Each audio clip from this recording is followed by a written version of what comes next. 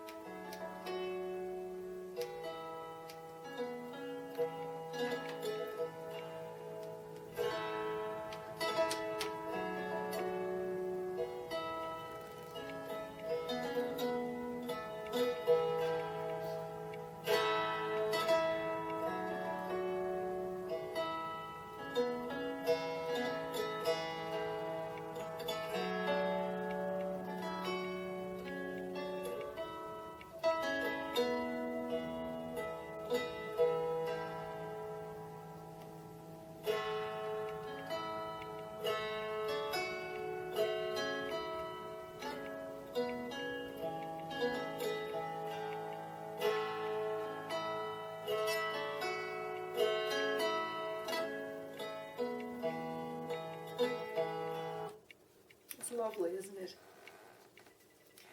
So now we're going to hear more examples of the main traditional instruments used today, beginning with the bodhrán, which is a drum, and the tin whistle. The bodhrán is just a simple handheld drum, and usually made with goat skin, stretched across to make up the drumming surface. And they'll sometimes, usually about this big, and there's a wooden cross behind, and that's how you hold it. And also the drummer could change pitches and timbres with the hand going directly on the skin underneath. And then there's a small little wooden hammer type thing that goes back and forth, and that's how you strike it and make the sound. It's always played vertically, resting on the musician's knee. And then they place their free hand on various parts of the interior. That controls, as I said, the timbre and the pitch. Now, it's believed that the borin evolved in the mid-19th century from the tambourine. And the tambourine can be heard on some Irish music recordings dating back to the 1920s, and it can be seen in some pre-famine paintings. In remote parts of the Southwest, it was known as the poor man's tambourine, the borin was, made from materials at hands and without the little cymbals around the end like the tambourine has. Now the tin whistle looks like a slender recorder. It's really a very simple instrument. It's also the cheapest one, about $12, but it requires a lot of skill to master. In this next example, I'm going to play some examples of the borin as well as the whistle.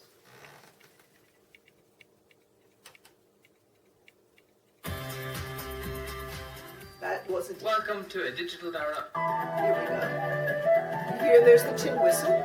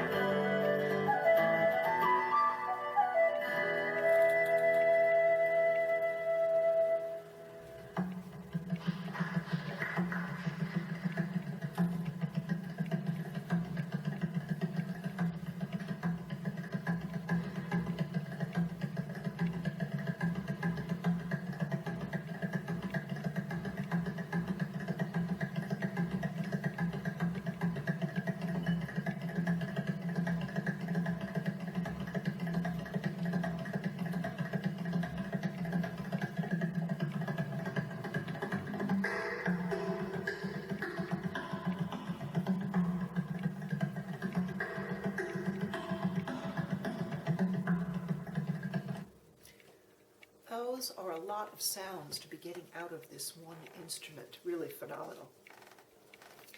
We're going to now hear an example of the flute in Irish music. And it's the regular classical metal flute. It's been used since around the middle of the 19th century in traditional music.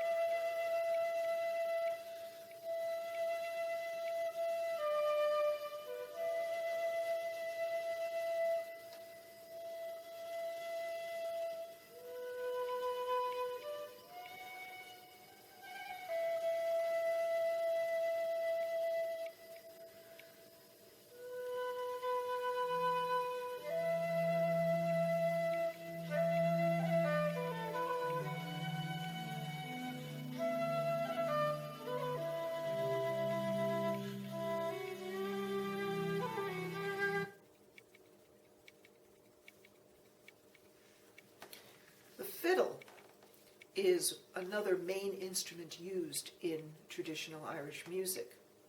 Now, except for the name, there's really no difference between a fiddle and a violin. It's the exact same instrument. It's just the style of playing that's different. The fiddle has ancient roots in Ireland. The earliest reference to a fiddle in Ireland is actually from the 7th century. So, here's an example of fiddle music.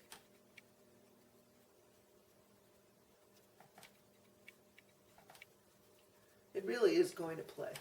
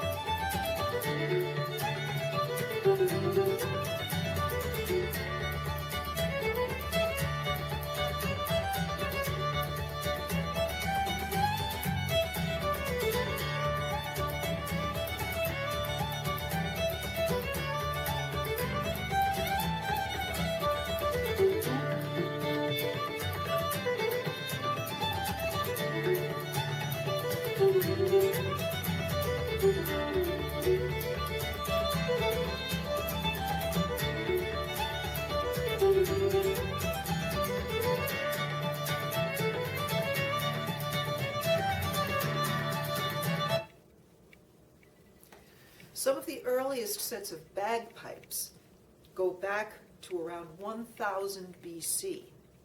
Pipes, or references to pipes, have been found in Egypt, Turkey, the Balkans, and Greece. They were originally used as shepherd instruments.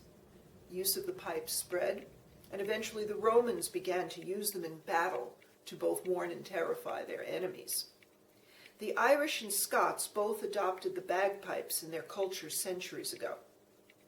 There are two kinds of bagpipes: the war pipes, also known as the Highland pipes, and the Uilleann bagpipes. The Highland pipes are played by the Scots and were considered weapons of war. They were used to communicate battle tactics to soldiers and to signal movements of troops or to signal a retreat. The bagpipes were banned in Scotland for a period of time after a local uprising.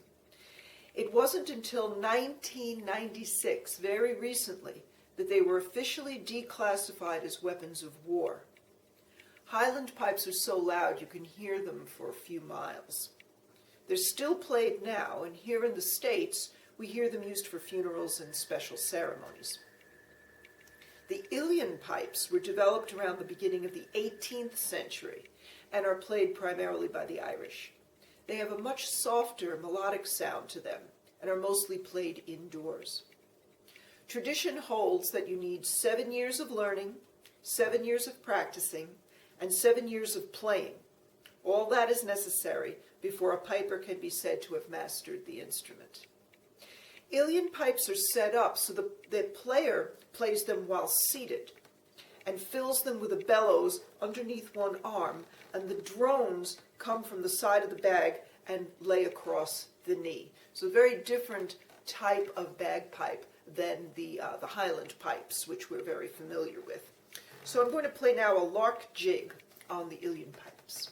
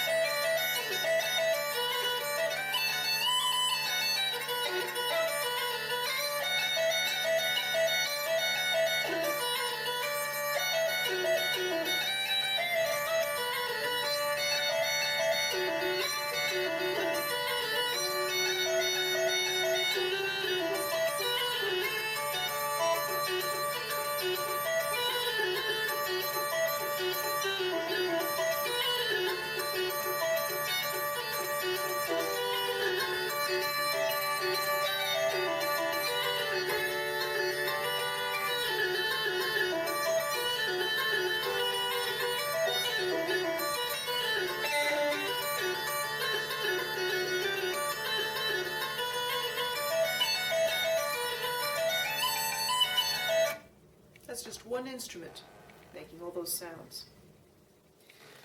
So now we're going to listen to some examples of dancing music, traditional dancing music, and there are 3 subcategories: reels, jigs, and hornpipes. The reel is the most common form of Irish dance tunes, and it's believed to have been brought to Ireland from Scotland in the late 18th century.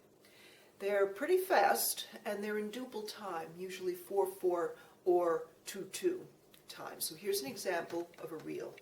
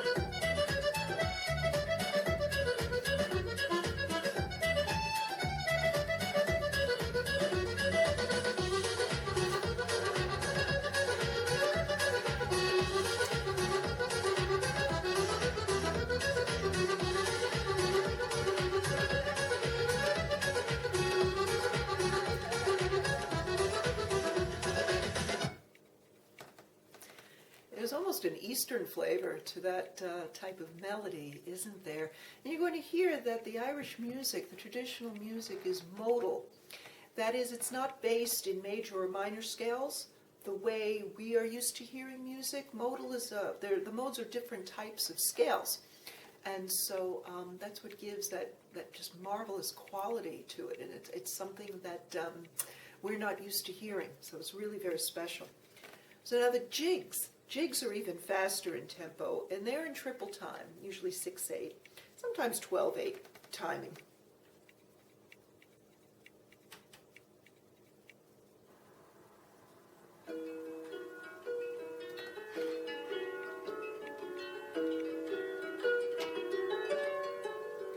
Do that 1 2 3 1 2 3 1 2 3 1 2 3 1 2 3.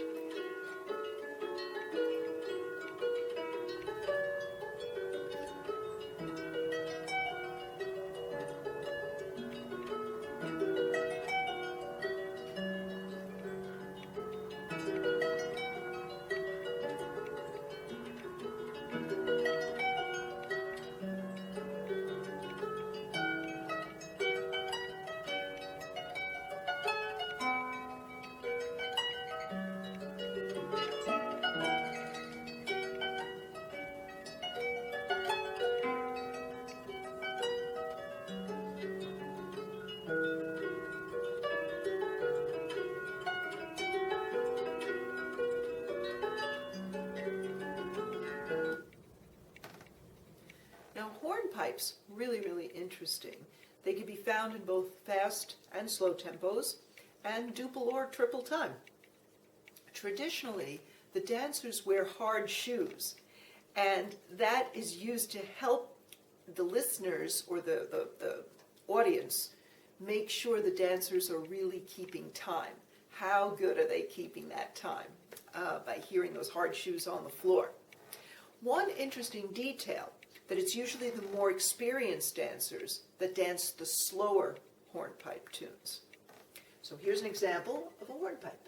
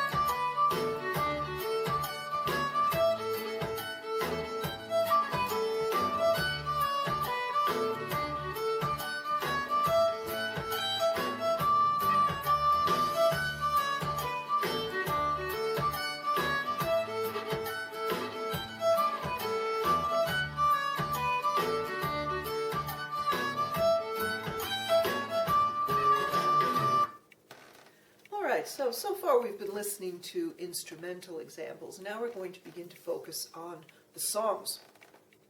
There are two very general categories of traditional songs: the slow ballad songs and the fast-paced dancing or drinking songs. And each of these have several subcategories. There's a song for every human event: laments, drinking songs, rebel songs, love songs, humorous songs, and work songs. Unaccompanied vocals are called sean-nós, which means in the old style. They're considered the ultimate expression of traditional singing. Sean-nós singing is usually sung by a soloist, always in the Irish language, and is very highly ornamented. Sean-nós can include vocal sounds called lilting, also referred to by the sounds. Okay, it's really just Celtic scat singing, like diddle-a-die, daily, a whack-ful-de-roll, kind of nonsense syllables, known as lilting.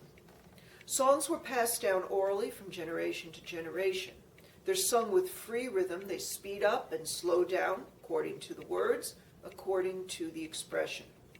Because of their very slow melodic style, songs are usually about more somber topics like death, famine, and oppression. So here's an example now of a song in the old style.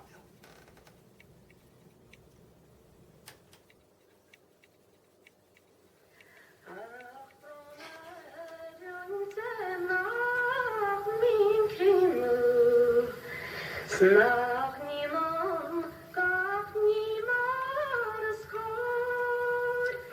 Is mijn naviken vroeg. Nach nechon en am vrienden goed. O juren shekelagos kalze. Ach nil gara kamort lanis mu. Is geschulen schafrichtun moirem. Leshon berlo tagus walemu. So you can hear all the different ornaments in there surrounding the melody. Really very, very beautiful. Now this next example is Old Irish taken from a 14th century manuscript. It's sung by a contemporary singer. It's the hymn, Be Thou My Vision, but it is in Irish, and he does not use the ornamentation, so you're going to recognize the melody right away.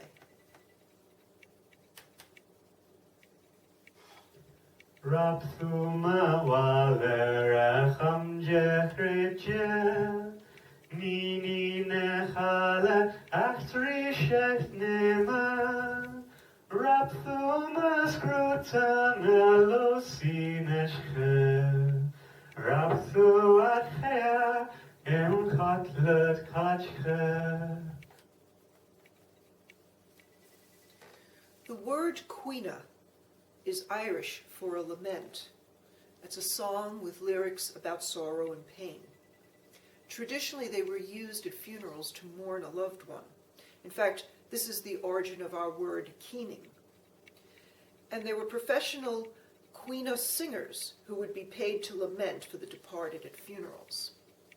Eventually, the quina songs contained lyrics that lamented for Ireland after emigration because of political or financial reasons. There are also many quina songs that refer to the troubles of Northern Ireland and the presence of the British military.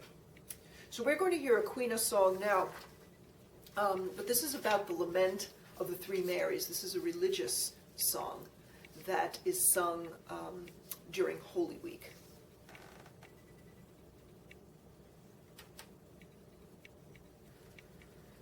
O Father, as waktu burabal, O holy sochlo, Rikmere balle, Jesu geworden. O holy sochlo, Weshikil parabrashil arachran pashil. O holy sochlo, ani nach naril to the wakawarin. So now we're going to get into some songs that are more upbeat. Finnegan's Wake is an Irish-American comic ballad. It was first published in New York in 1864. In the ballad, we meet the hod carrier Tim Finnegan, born with a love for the liquor. And a hod is a tool to carry bricks in, but there's also a pun involved because a hod also refers to a tankard or a drinking vessel. Anyway, he falls from the ladder, possibly drunk, hits his head, and is thought to be dead. The mourners at his wake become rowdy, and they start fighting, and accidentally spill whiskey over Finnegan's body, causing him to come back to life and join in the partying. Whiskey causes both Finnegan's fall and his resurrection. Whiskey is derived from an Irish phrase meaning water of life. In 1939, James Joyce used the song as a basis for his final work, Finnegan's Wake, in which the resurrection of Tim Finnegan is used as a symbol of the universal cycle of life. The word wake has a few meanings: a passing into death, a rising from sleep, and the wake of the life ship traveling in between. Joyce removed the apostrophe in the title of his novel to suggest a universal process in which many Finnegans, that is, all of humanity, all of us, fall and then wake and arise. You'll hear an example of lilting, which I talked about before, with the phrase Waqful da at the beginning of each chorus. So here is Finnegan's Wake.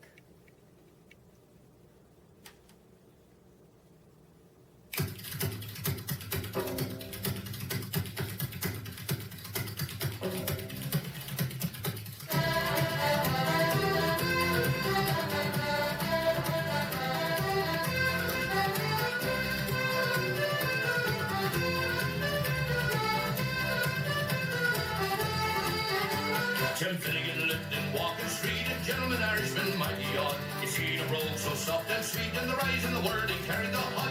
Tim had a sort of tippling way, but the love of the liquor now he was born. Help him on with his work each day, and the drum of that preacher every morn. Work for the man of dance, the partner, what the flow you're trying to shake. Wasn't it the truth they told you? Lots of fun and then his wife. One morning Tim felt rather full, his head felt heavy, was made of shake. Fell from a ladder and he burst his skull, so they carried him home as corpse away.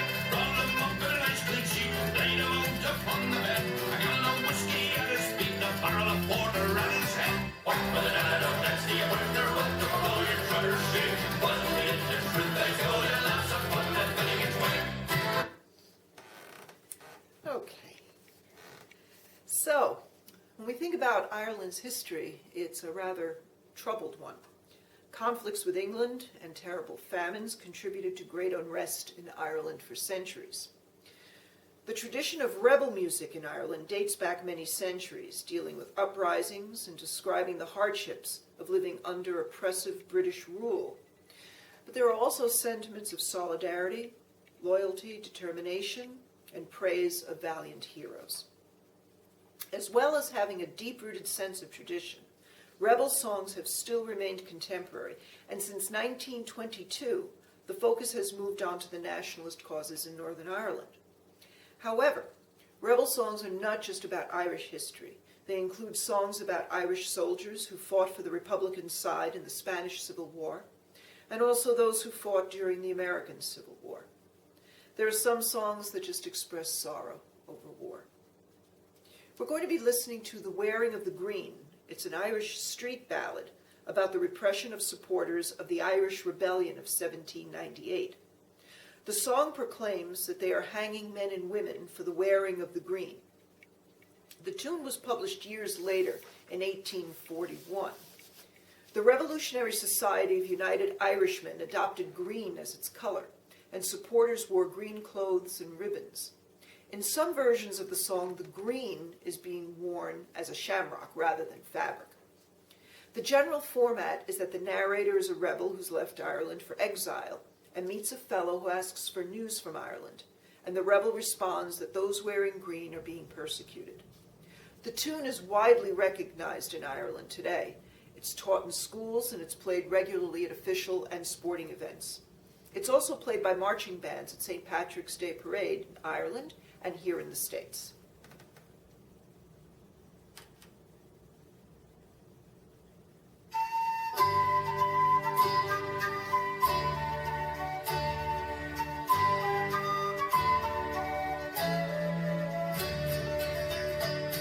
Oh, Paddy dear, and did you hear the news that's going round?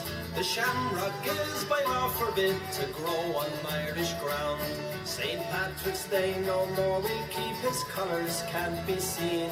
For they're hanging men and women for the wearing of the green. I met with Nappertandy and he took me by the hand. He said, how's dear old Ireland and how does she stand? She's the most distressful country that you have ever seen. For they're hanging men and women for the wearing of the green. For the wearing of the green, for the wearing of the green.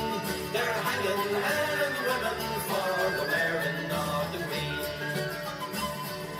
since the colour we must. This next song, The Rising of the Moon, is another Irish ballad referring to the Irish Rebellion, same one, 1798. It recounts the battle between the United Irishmen, led by Theobald Wolfetone, and the British Army. The ballad's singer is told that the pikes must be together at the rising of the moon to engage in rebellion. The pikemen gather, but are defeated. Despite the loss, the listener is told that there are those who will follow in their footsteps to again revolt. The ballad uses the tune of the song we just heard, The Wearing of the Green, and it was first published in 1866. It was intended specifically to inspire rebels preparing to fight in the Fenian Rebellion of 1867, which unfortunately didn't end well. So here is briefly The Rising of the Moon.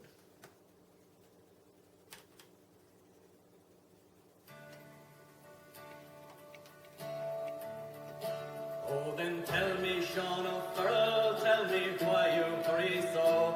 Hush, oh, hush and listen, and his cheeks were all aglow. I bear orders from the captain, get you ready quick and soon, for the pikes must be together by the rising of the moon. By the rising of the moon, by the rising of the moon, for the pikes must be together by the rising of the moon. Oh, then tell me, Sean of... The Boys of Wexford, also known as The Flight of the Earls, is another Irish ballad commemorating the Irish Rebellion of 1798, specifically the Wexford Rebellion. The aim of the rebellion was to remove English control from Irish affairs. It resulted in the 1801 Act of Union, which united the Kingdom of Great Britain and the Kingdom of Ireland to create the United Kingdom of Great Britain and Ireland. In 1963, President John F. Kennedy was visiting Ireland, and school children sang The Boys of Wexford for him. When asked if he'd like another song, Kennedy replied, "Another verse of The Boys of Wexford would be fine." His ancestors came from Wexford. President Kennedy requested the melody to be arranged for the United States Marine Band, and later the tune was orchestrated by Nelson Riddle and used for the opening and closing theme of the 1964 television series Profiles in Courage, based on Kennedy's book. So here is The Boys of Wexford.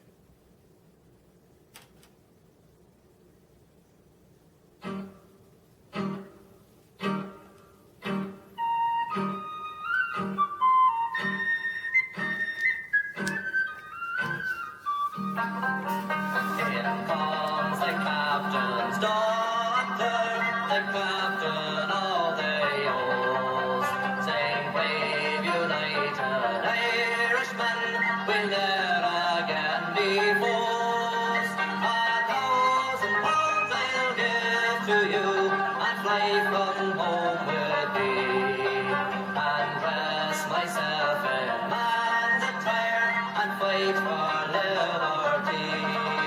We are the boys of Wexford, who fought with heart and hand, to burst and claim the golden chain, and free our native land. I want no gold, my mate." There Were Roses. It's an Irish folk song based on a true story.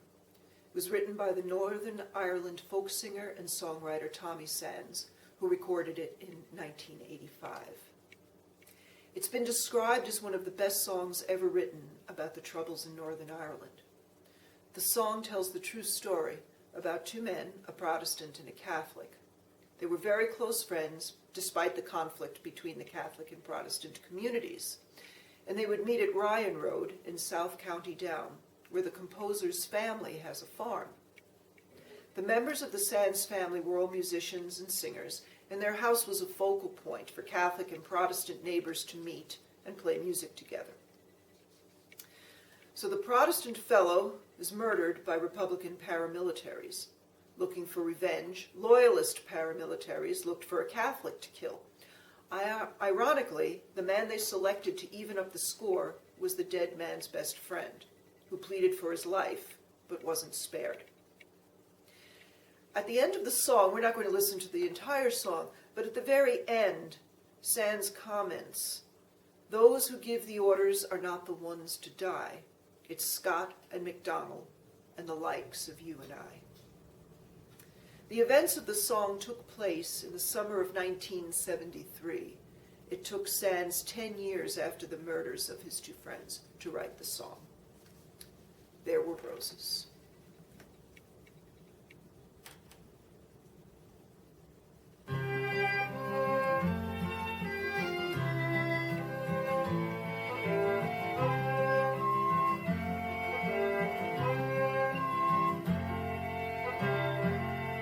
My song for you this evening, it's not to make you sad, not for adding to the sorrows of this troubled northern land. But lately I've been thinking, and it just won't leave my mind, to tell you of two friends one time who were both good friends of mine. Alan Bell from Dana, he lived just across the fields, a great man for the music and the dancing and the reels. O'Malley came from South Armagh to court young Alice Fair, and we'd often meet on the Ryan Road, and the laughter filled the air. There were roses, roses, there were roses, and the tears of the people ran together. It's a very beautiful ballad. In fact, the singer is the composer himself, Tommy Sands.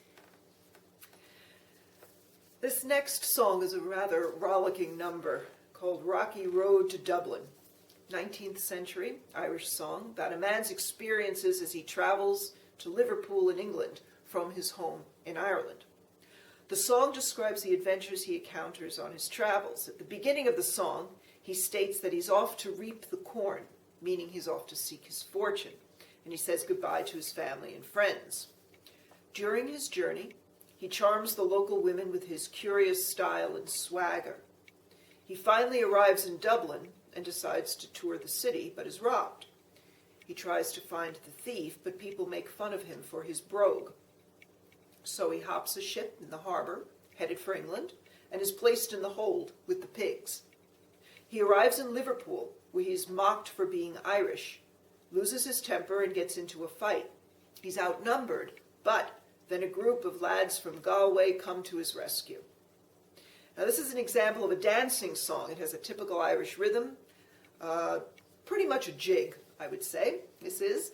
And you'll hear some lilting in there. The lyrics go by very, very quickly. So the Rocky Road to Dublin.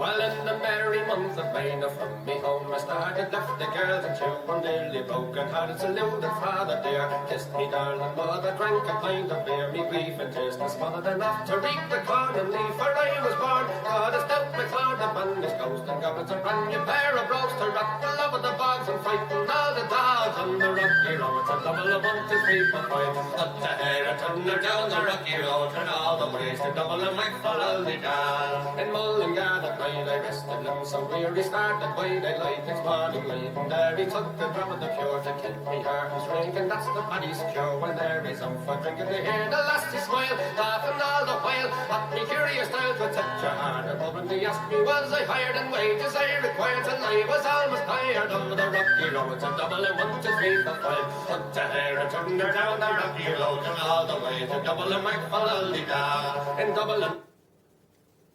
Okay, you hear at the end, Wackfofaldila, that's the lilting that comes in there. All right, this next song is called Whiskey in the Jar, a traditional song set in the southern mountains of Ireland, and some versions specifically mention Cork and Kerry. The song is about a rapparee, a highwayman, who is betrayed by his wife or lover, and it's one of the most widely performed traditional Irish songs. The exact origins are unknown, but a number of the lines in the general plot resemble those of a broadside ballad, Patrick Fleming, about Irish highwayman Patrick Fleming, who was executed in 1650. Folk music historian Alan Lomax agrees that the song originated in the 17th century. Lomax writes, "The folk of 17th century Britain liked and admired their local highwaymen, and in Ireland or Scotland, where the gentlemen of the roads robbed English landlords, they were regarded as national patriots. Such feelings inspired this rollicking ballad." At some point, the song came to the United States. It was very popular in colonial America because of its irreverent attitude towards British officials.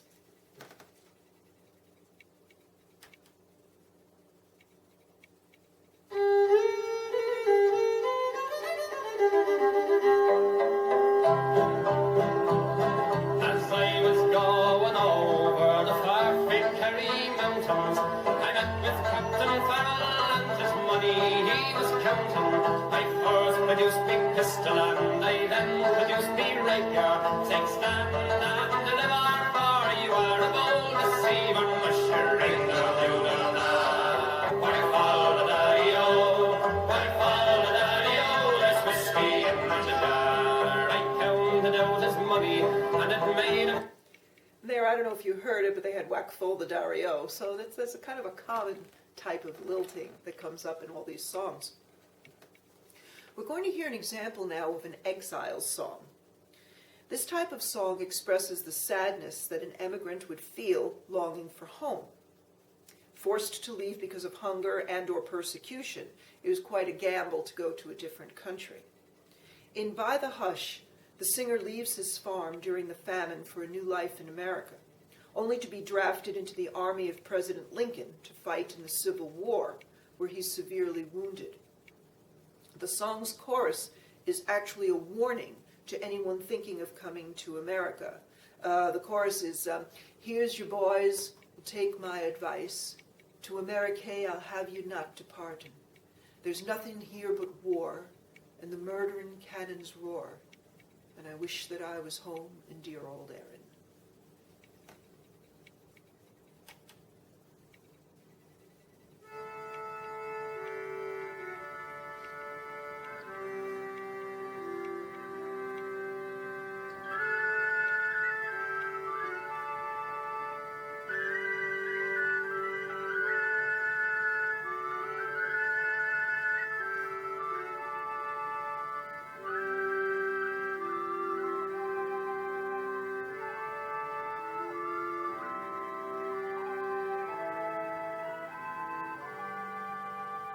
And it's by the Hushley boys, and that's to hold your noise, and listen to her Paddy's narration. I was by hunger pressed, and in poverty distressed, so I took a thought I'd leave the Irish nation. Here's you boys, do take my advice. To America I'd have you not be coming, for there's nothing here but war, where the murdering cannons roar. And I wish I was at home in dear old Erin. Well, We're now going to listen to a few traditional work songs. First one is Drunken Sailor, also known as What Do We Do with the Drunken Sailor? The sea shanty was sung to accompany work aboard sailing ships, and this one was used for any task that needed a bright walking pace. It's believed to be from the late 18th or early 19th century. Ships, particularly military ships, were large enough to allow hauling a rope while simply marching on the deck. Lyrics vary, but they're usually about the question, what shall we do with a drunken sailor early in the morning? And then there are various answers suggesting a type of sobering or punishing the offending sailor. The first published description of the shanty is found in an account of an 1839 whaling voyage out of New London, Connecticut, going to the Pacific Ocean. It was used in an example of a song that was performed with very good effect when there was a long line of men hauling together. Captain Wall, a veteran English sailor of the 1860s and 70s, claimed that this was one of only 2 shanties that was sung in the British Royal Navy, where singing at work was generally frowned upon. It became a very popular song on land, at least as early as the 1900s. It was sung by the Eton College Glee Club in England, and popular in America as well. A catalog of folk songs from the Midwest included it in 1915, where it was said to be sung while dancing a sort of reel. So here is What Shall We Do with the Drunken Sailor?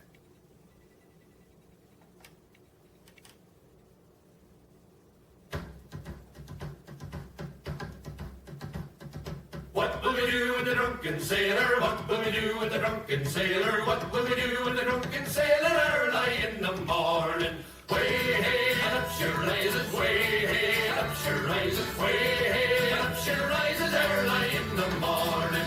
Shave his belly with a rusty razor, shave his belly with a rusty razor, shave his belly with a rusty razor early in the morning. Way hey, and up she rises, way hey, and up she rises, way hey, and up she rises early in the morning. We'll put him in a longboat till he's sober, put him in a longboat till he's sober, put him in a longboat till he's sober early in the morning. Way hey, and up she rises, way hey, and up she rises, way hey, and up she rises early in the morning. Poor Paddy Works on the Railway is a very popular Irish and American folk song. Historically, it was often sung as a sea shanty as well. The song portrays an Irish worker, one of the navvies working on a railroad in the mid-1800s. The song reflects the work that thousands of Irish section crews did during the time of the Irish diaspora. There are a lot of titles of this song, including Pat Works on the Railway and Paddy Works on the Erie. In 1867, a sailor wrote of experiences fishing on the Grand Banks of Newfoundland in a vessel out of Provincetown, Massachusetts.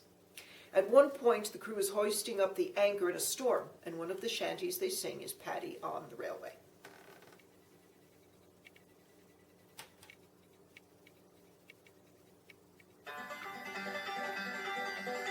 In 1841, me corduroy breeches I put on. Me corduroy breeches I put on to work upon the railway, the railway. I'm weary of the railway. Poor Paddy works on the railway.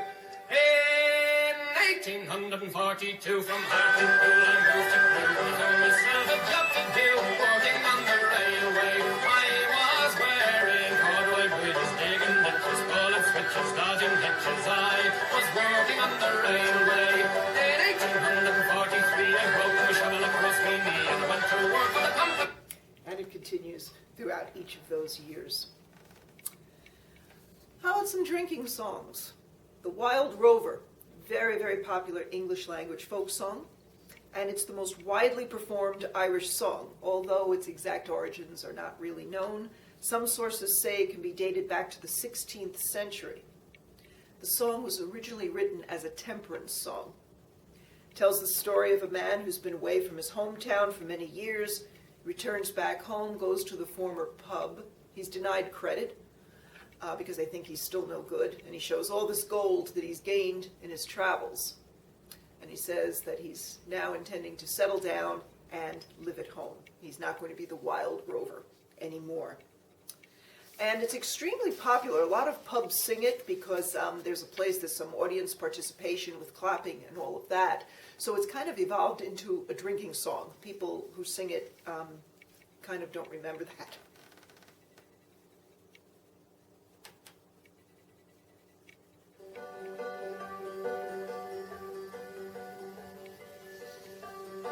I've been a wild rover for many's the year, and I've spent all me money on whiskey and beer. But now I'm returning with gold in great store, and I never will play the wild rover no more, and it's no they never, no they never no more will I play the wild rover, no never no more.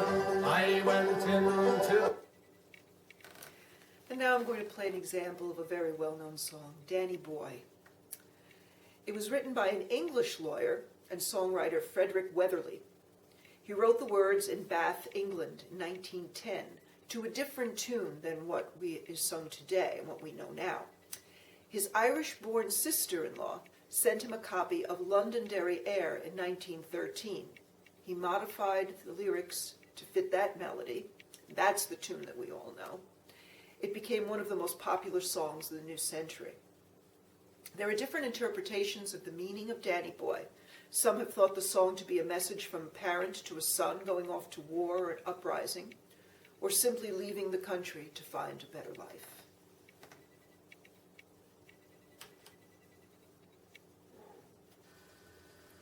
Oh, Danny boy, the pipes are calling from glen to glen and down the mountainside. The summer's gone and all the roses falling. 'Tis you must go and I must bide. But come ye back when summer's in the meadow, or when the valley's hushed and white with snow. 'Tis I'll be here in sunshine or in shadow. Oh, Danny boy, I love you so.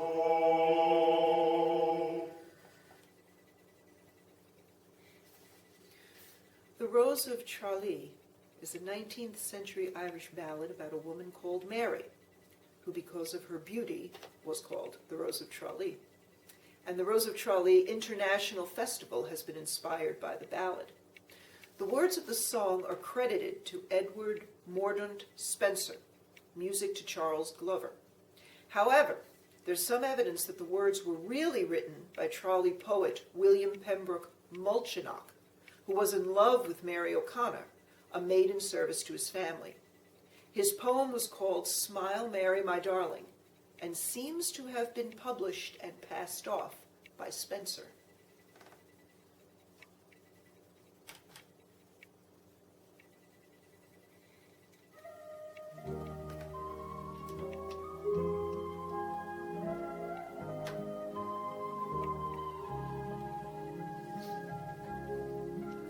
The fair moon was rising above the green mountain. The sun was declining.